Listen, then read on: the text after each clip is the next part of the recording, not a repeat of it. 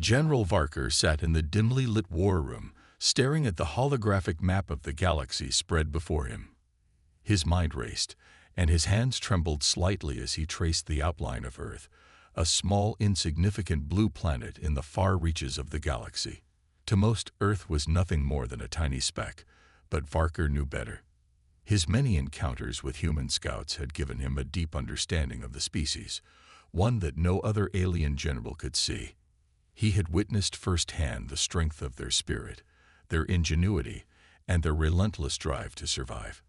The Empire, with all its power and might, was about to make a terrible mistake, but no one would listen to him.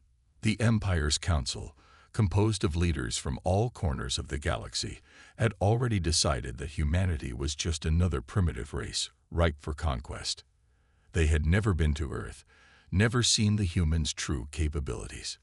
To them, the humans were simply a collection of weak creatures with no place in the vast galactic order. They believed a swift and overwhelming attack would easily crush any resistance. It was a decision made in arrogance, a fatal mistake that Varker feared would lead to the fall of the Empire itself. He had tried to warn them before, but his words had been dismissed as unnecessary. "What do you know of Earth?" They had scoffed. "You've only met a handful of humans. They're not a threat." But Varker knew the truth. Humans were not like any other species he had encountered. They were capable of things that no one, not even the most advanced species, could predict. The memories flooded back to him, the first time he had crossed paths with humans. It was a small reconnaissance mission on a distant planet. Varker had been sent to investigate, to gather information about Earth's defenses. At the time, he had believed it would be a simple task. A few human scouts, no more than a dozen, should have been no match for his advanced fleet. But he had underestimated them.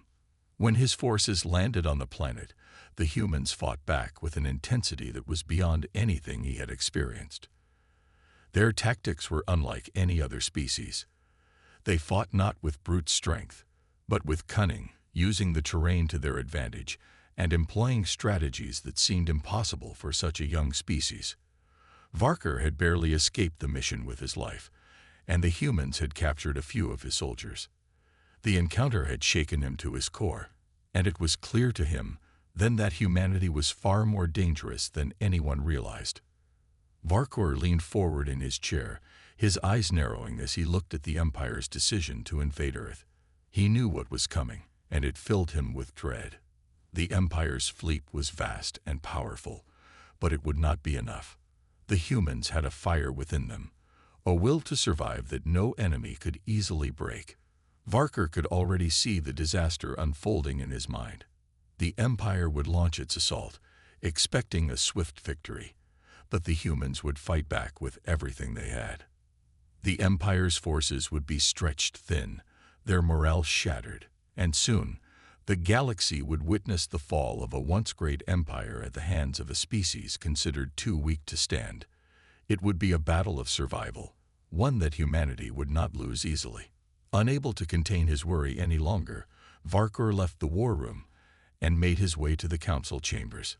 He needed to speak to them again, to make them understand the danger they were about to face. As he entered, the council members turned their eyes toward him, their expressions filled with impatience. They had heard his warnings before, and they were tired of hearing them. But Varker couldn't stop. His voice was calm, but every word he spoke carried the weight of his experience. "You are making a grave mistake," he said. "The humans are not what you think they are. They will fight you like nothing you have ever seen. Underestimating them will cost us everything." The room fell silent, and for a moment, Varker thought he saw a flicker of doubt in their eyes. But it was gone as quickly as it had appeared. The Empire's leaders were too blinded by their desire for conquest to see reason. "Enough, General," one of them said, his voice dripping with disdain. "We have made our decision. The invasion will proceed as planned. If you cannot support our strategy, you may leave." Varker's heart sank. He had failed. The council would not listen, and the invasion was inevitable. As he walked back to his quarters, Varker's mind raced. He had to do something. He couldn't let the Empire destroy itself over its arrogance. The humans were not just another race to be conquered. They were a force to be reckoned with. He had seen it in their eyes, their unwillingness to back down, their determination to protect their home. Varker had no doubt that if the war escalated, the humans would not only defend their planet, but also fight for their place in the galaxy. It was a battle they would never give up on. That night, as Varker lay awake, the weight of what was about to happen pressed down on him.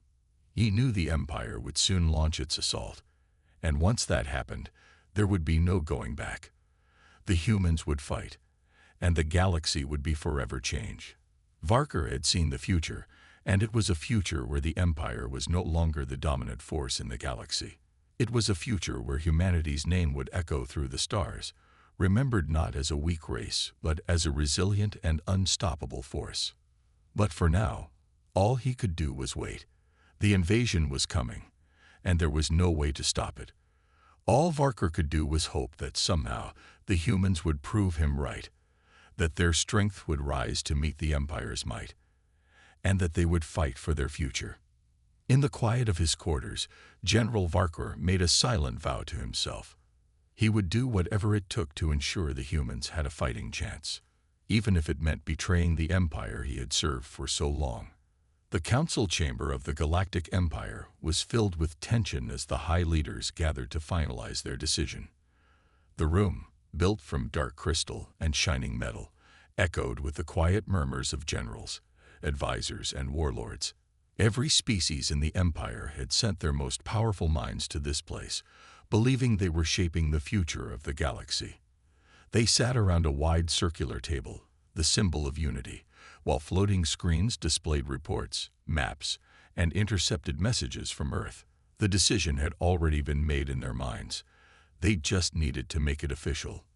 They had grown tired of General Varker's warnings. To them, he had become a voice of hesitation in a room full of ambition. One of the council members, a three-eyed strategist named Threx, stood and spoke confidently, claiming humans were disorganized, emotional, and far behind in technology. Others nodded, adding that Earth's location was strategic and its resources valuable. Every word they spoke was laced with pride and overconfidence. They believed the Galactic Empire, with its mighty fleets and endless armies, was invincible. No one, especially not a young species like humans, could pose a serious threat. The vote was taken in seconds, and the outcome was unanimous. Earth would be invaded, and humanity would be brought under the rule of the Empire. General Varker sat quietly in the shadows, watching with disbelief as the final decision was made. He had tried again before the meeting, showing them reports from the front line, videos of humans surviving impossible odds, and records of their history filled with war, survival, and determination. He had explained how they never gave up, how they grew stronger when cornered, and how they always found a way to fight back. But none of it mattered. The Empire was too used to easy victories, too blind to see the storm they were about to awaken. As the others celebrated the plan to strike Earth in 3 planetary cycles, Varker could only stare at the map, his eyes fixed on the small blue world that no one seemed to take seriously. Inside, he knew the humans were not ready for war, but they were ready to defend, and that would be enough to change everything. Across the galaxy, preparations for the invasion began with lightning speed. Shipyards started producing war cruisers, carriers, and landing crafts designed for fast planetary domination. Soldiers were briefed, weapons upgraded, and generals chosen to lead the attack. The operation was named Silent Thunder, a code that showed how confident the Empire was. They believed the strike would be quick, loud, and final. Meanwhile, on Earth, humanity had no idea what was coming. A few satellites had picked up strange signals, and a handful of scientists had noticed odd movements in deep space, but most governments remained unaware. The calm before the storm had begun, and only one voice, Varker's, was trying to warn anyone willing to listen. In private, Varker met with a small group of trusted allies, officers who had seen the same signs and felt the same fear. They knew that going against the Empire was dangerous, even treasonous, but they also knew the cost of silence would be far greater. Varkor explained his plan: to secretly send a message to Earth, not a threat, but a warning. He wanted to give humanity a chance to prepare, to defend themselves before the first shots were fired. His friends hesitated. Helping the Varkor began transmitting coded signals toward Earth, using old forgotten channels hidden within the Empire's communication networks. He didn't know if the humans would receive them or even understand them, but it was the only thing he could do. He had served the Empire for most of his life, but now, for the first time, he felt like a traitor, and strangely, it didn't feel wrong. Back in the Council, confidence turned into arrogance. The Empire's propaganda machines spread the message of victory even before the war began. News screens across Imperial worlds showed images of Earth's cities with red marks over them, predicting swift domination. The citizens cheered. No one questioned the invasion. After all, every past war had ended in the same way, with the Empire standing tall. But there was something different this time, something invisible in the air, a sense of danger that refused to leave Varkor's mind. He had studied Earth's history, its wars, its disasters, and its victories. He had seen how humans adapted in chaos, how they refused to surrender, and how they valued each other more in times of crisis. It was not technology that made them dangerous. It was their spirit. That was the one thing the Empire had never fought before, and that was why the Empire might not survive this war. Varkor spent his last days in the capital trying to slow down the operation, raising concerns about the weather patterns on Earth, the difficulty of fighting in human terrain, and the risk of civilian resistance. But the Council ignored him. To them, he was a relic of caution in a time of action. His suggestions were dismissed, and his warnings mocked. "The humans will kneel," one of the admirals said proudly, "or they will burn." Varkor didn't answer. He had already done what he could. The message was sent. The fleet was being armed, and the Empire was walking into a storm it could not see. When Varkor returned to his quarters, he stood by the window and looked out at the stars.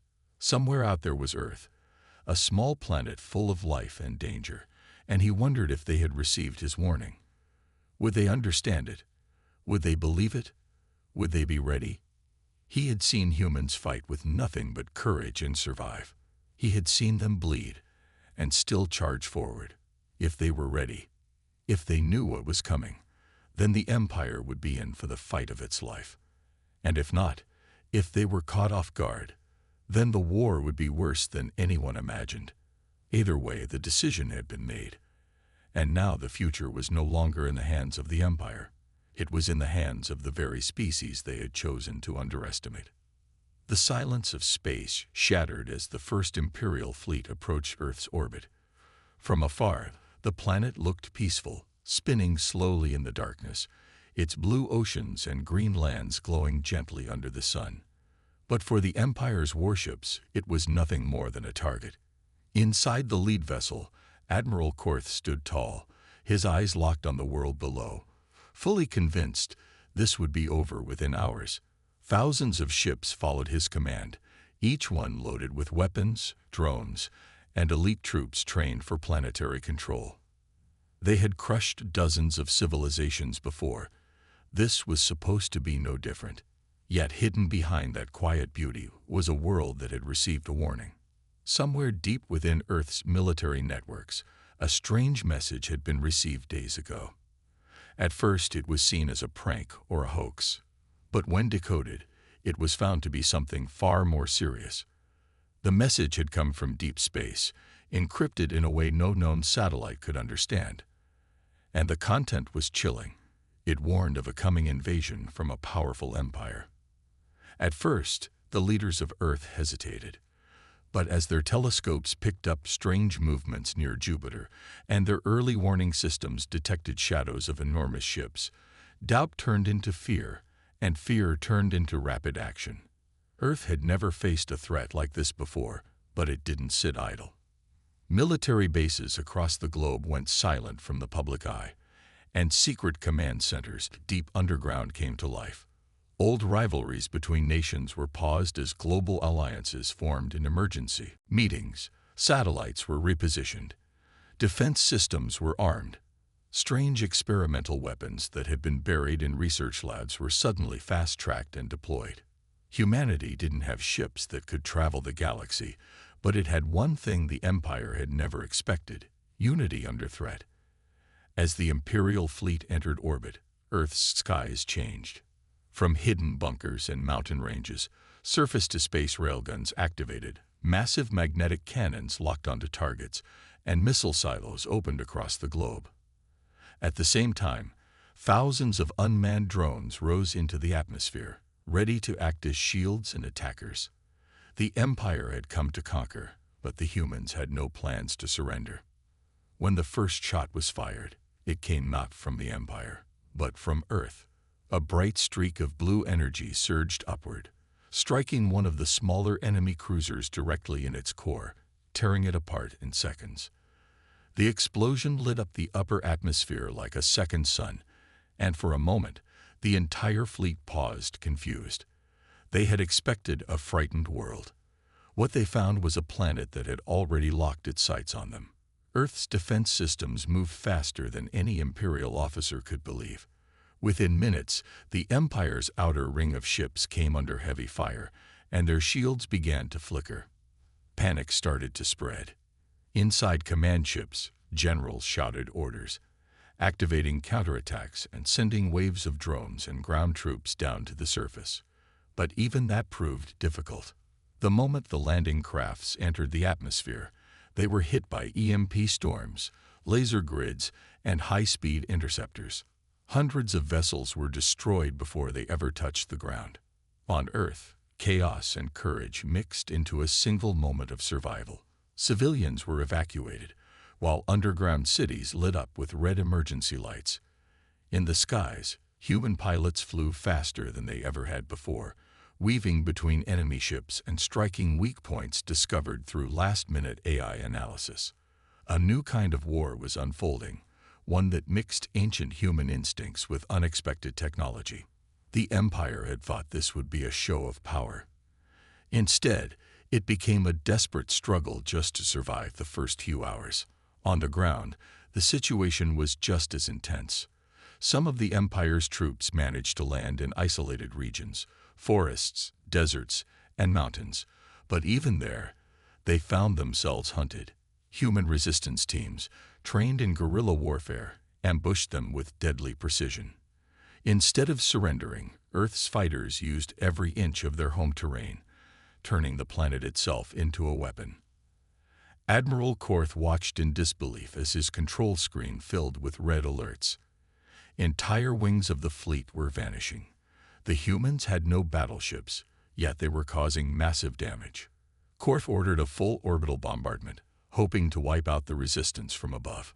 But just as the command was sent, a massive energy surge hit the flagship. Earth had developed a prototype weapon. Something unstable, something dangerous, but now fully activated. It was a beam of raw energy, drawn from Earth's magnetic field, fired through a lens built deep into the Arctic.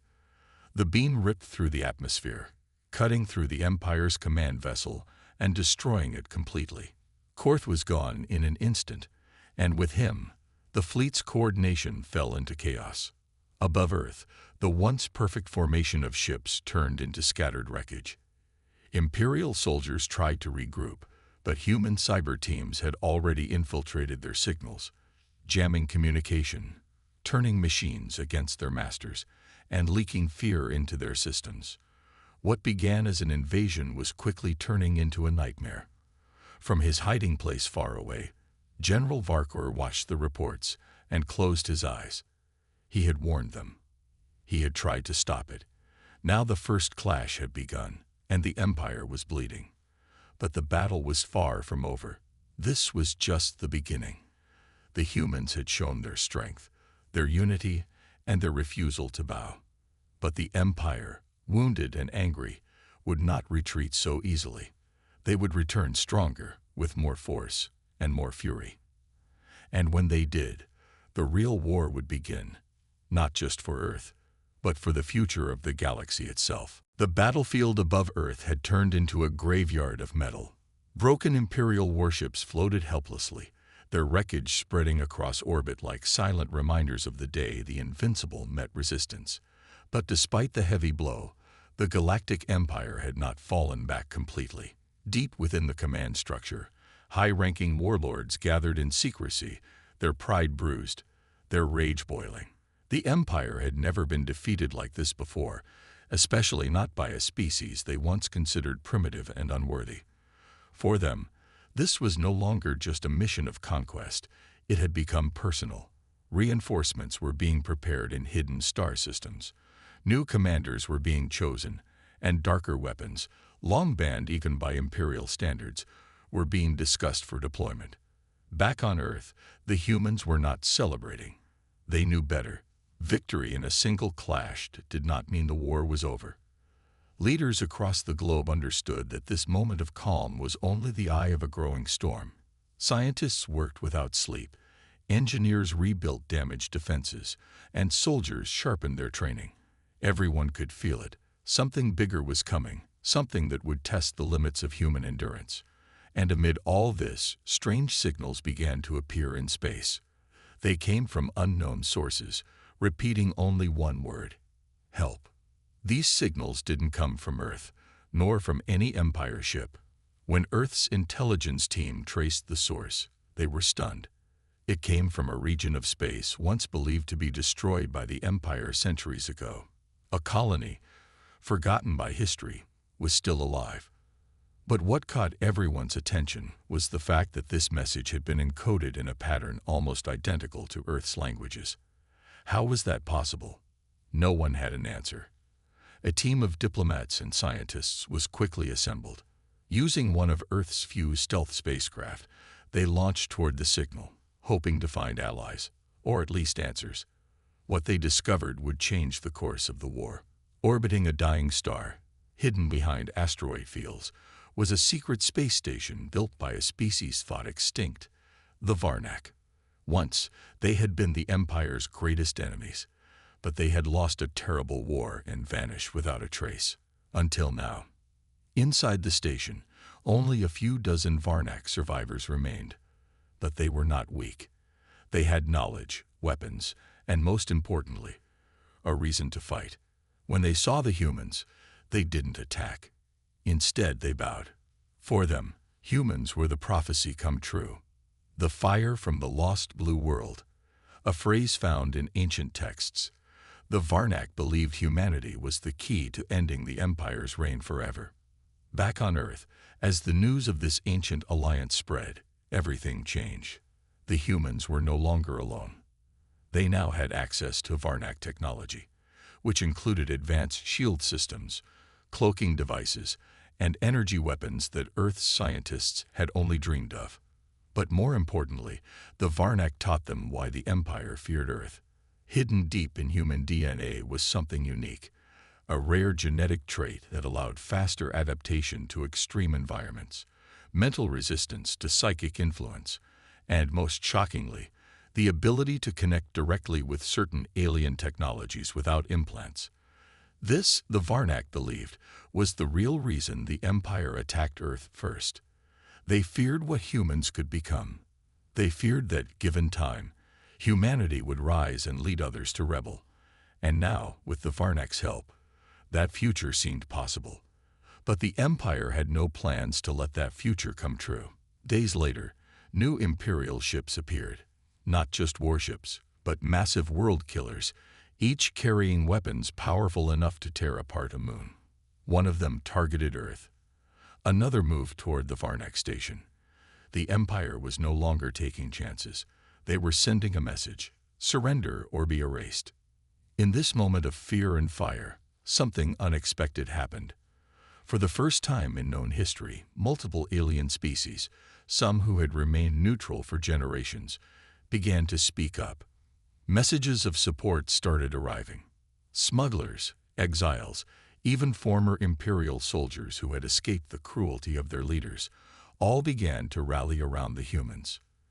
They saw hope, they saw strength, and more importantly, they saw change. Across the galaxy, resistance cells started using Earth's name as a symbol of freedom. The humans had not only fought back, they had inspired others. In a hidden council of war, Earth's generals met with Varnak leaders. They knew what needed to be done. Waiting for the next attack would mean destruction. So they decided to strike first, not on Earth, but deep in enemy territory. The target was a hidden energy facility that powered a third of the Empire's fleet. If they could destroy it, the Empire's next wave would be slowed down, a combined force of humans and Varnak volunteers. The attack began with silence. No war cries, no announcements, just a sudden disappearance of Imperial communication lines. The rebels had found a way to scramble their signals, throwing the Empire into momentary confusion. Then, from the shadows of a dead system, the fleet emerged. The first wave cut through the outer guards with precision, disabling ships rather than destroying them, offering surrender before fire. Many Imperial captains, tired of bloodshed, chose to stand down.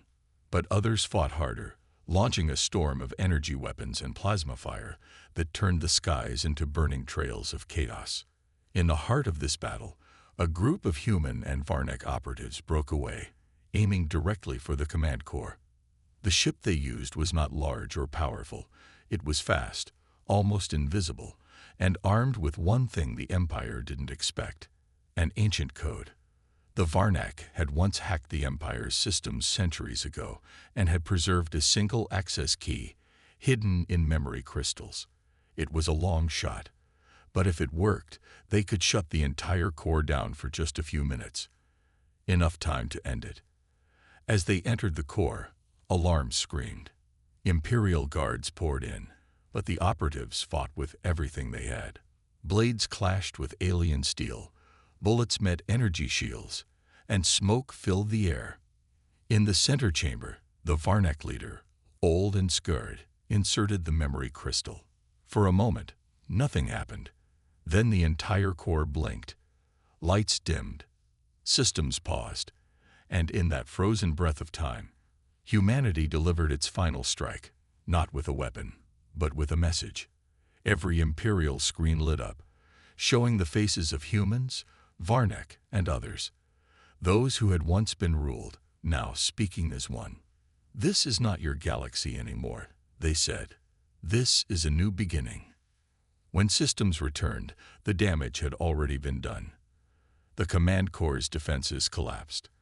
The fleet outside, now reinforced by more rebel ships, moved in. The Empire, blind and broken, tried to activate the last protocol, but it was too late. The Varnak code had corrupted the sequence, turning the weapon into dust. The Empire had fallen, not with a final explosion, but with a whisper, a realization that its power was gone, its fear no longer effective. Across the galaxy, statues of emperors were torn down, flags burned, and prisons opened. The people were free. And all because one general had once warned of what humanity could become. Back on Earth, there were no grand parades. The cost had been too high. Millions had been lost. But there was peace, and with it, purpose. A council was formed, not of rulers, but of representatives from all liberated worlds. They would rebuild, not with control, but with cooperation. And though humans held no desire to lead, their voice carried weight. They had earned the galaxy's respect not by dominance, but by courage. The warning that had once been ignored now became a lesson taught in every school, a story passed to every child, that sometimes the most dangerous enemy is the one you underestimate. That arrogance leads to downfall. And that hope, once sparked, can set a galaxy on fire. The legacy of that warning lived on, not in weapons, but in unity. Not in fear, but in memory. And long after the last Imperial ship had rusted into silence, people would still look to the stars and remember the day when humans, small and new, stood against an empire and changed the fate of all. The operation was dangerous. The Empire's defenses were brutal, and the facility was hidden inside a sun's corona. But with the help of new cloaking systems and brave pilots, the team got through. The final moments of the mission were filled with chaos. Explosions rocked the inside of the facility, alarms screamed, and defenders fought like demons. But in the end, the core was destroyed. The sun reacted violently, swallowing the entire station in a burst of light. Every soldier who went in knew they wouldn't return, but their sacrifice paid off. The Empire's attack was delayed, and Earth had bought itself precious time. When the news reached the galaxy, it didn't cause fear. It caused celebration. For the first time in ages, the Empire looked vulnerable. People whispered in back alleys. Leaders in hidden systems began to consider rebellion. And somewhere in the darkness, even some Imperial citizens began to question their loyalty. This was the turning point, not because the war was won, but because something had changed in the hearts of countless beings. The humans were no longer just defending their world. They were leading a movement, and the Empire, used to fear and in silence, now faced something it had never understood: hope. The battle was far from over, and the enemy still held terrifying power. But Earth had proven something vital. They were not prey. They were not weak. They were the storm that would not bow. And now, for the first time in thousands of years, the galaxy had a chance, not just to fight back, but to win.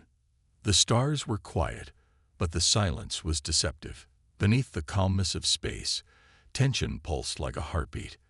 The Empire was wounded, not dead, and its leaders, though shaken by the unexpected resistance of humanity and their alliance with the forgotten Varnak, were preparing something final, something desperate. The humans knew that the worst was yet to come.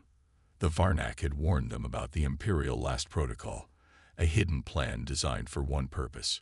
If the Empire ever believed it was on the edge of collapse, it would unleash its deadliest weapons not to win, but to destroy. Planets would be burned, moons shattered, and systems erased. It was an order written in fear and arrogance, meant to remind the galaxy that even a dying empire could not be challenged. The humans, brave as they were, could not stop this alone. So a message was sent, one last call for unity, not just to allies, but to all oppressed worlds. It was not a request, it was a warning. If we do not act now, none of us will survive. This message, simple and filled with truth, reached far corners of the galaxy. It passed through forbidden space, crossed enemy lines, and arrived in places where hope had long died. And surprisingly, it was answered. All across the stars, ships began to move. Small, worn-out fighters from resistance groups, smugglers with nothing to lose, former Imperial soldiers who now questioned everything. Even silent watchers from ancient civilizations who had never taken sides before.